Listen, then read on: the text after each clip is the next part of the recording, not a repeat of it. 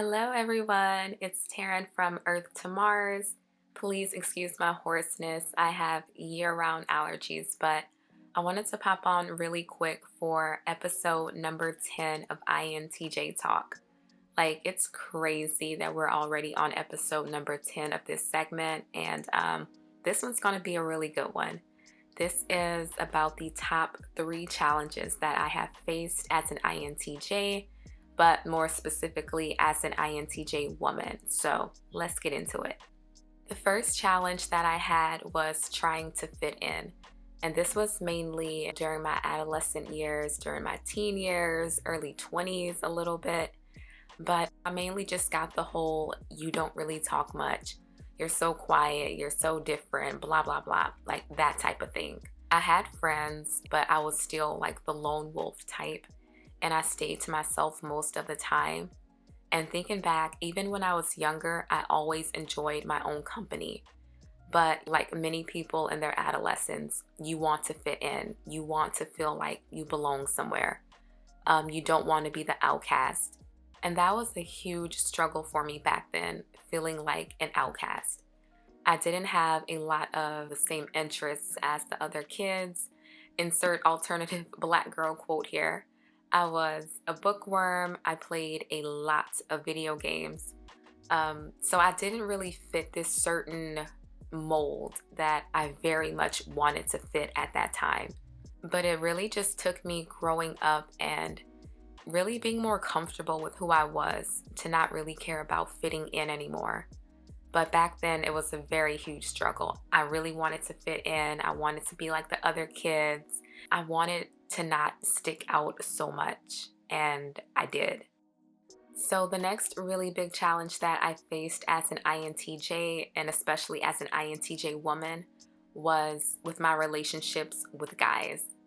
I'm more rational. I handle my emotions more internally than I do externally, and I'm very straightforward when I talk. And most guys are not used to that. They don't know how to handle that. So they would get intimidated, or they would try to change me or mold me into a more acceptable version of what they really wanted, which was someone more docile, less assertive, less logical, more emotional. And I'm not any of those things. So my past relationships and all that were a constant struggle.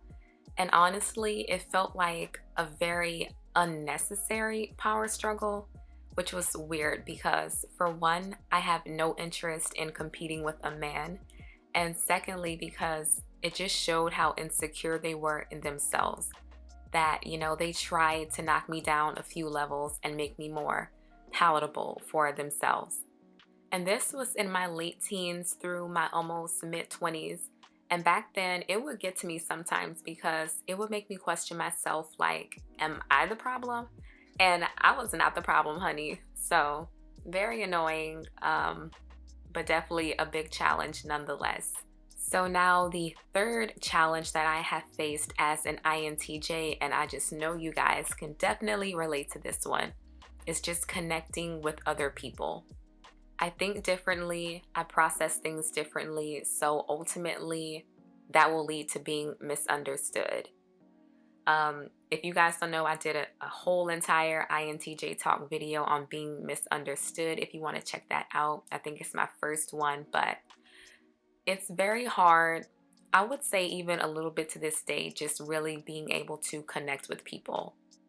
For one, just the emotional side of it, just because I'm someone who tends to deal with emotions more internally, that already is a huge one because I've noticed a lot of people, well, maybe not a lot, but a good amount of people, I don't think they really do that. They handle things more outwardly, and that is pretty foreign to me.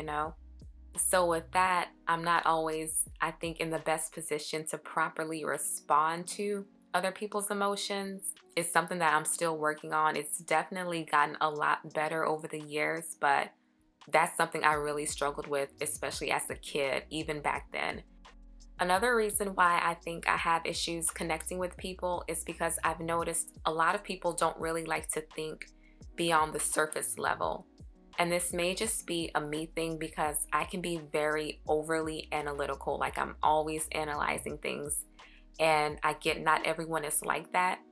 But I guess my issue is, at least the people I've run into sometimes, they don't seem to really know how to think for themselves. They just go by what society tells them or what someone told them growing up. They were instilled that type of way, but they don't stop to think about, okay, well, what does this mean to me? How does this really affect my life? I've noticed that it's kind of hard to connect with people who are like that, who aren't really, I guess, I don't like using the word deep, but who aren't deep. I just don't think we really live in a world where a lot of people are in touch with that side of things. So that's another reason why I always had issues connecting with people. But the ones that I do connect with, they definitely see like that, bigger picture, that deeper meaning of life, which I get that can also be a lot to ask of a person. So that is all that I have for my top 3 challenges as an INTJ woman. I'm definitely interested in knowing if any of these resonated with you guys. And please drop down below in the comment sections your top 3 challenges because I'm very curious. But I will see you guys in the next video, or I will talk to you in the next video, and enjoy the rest of your day.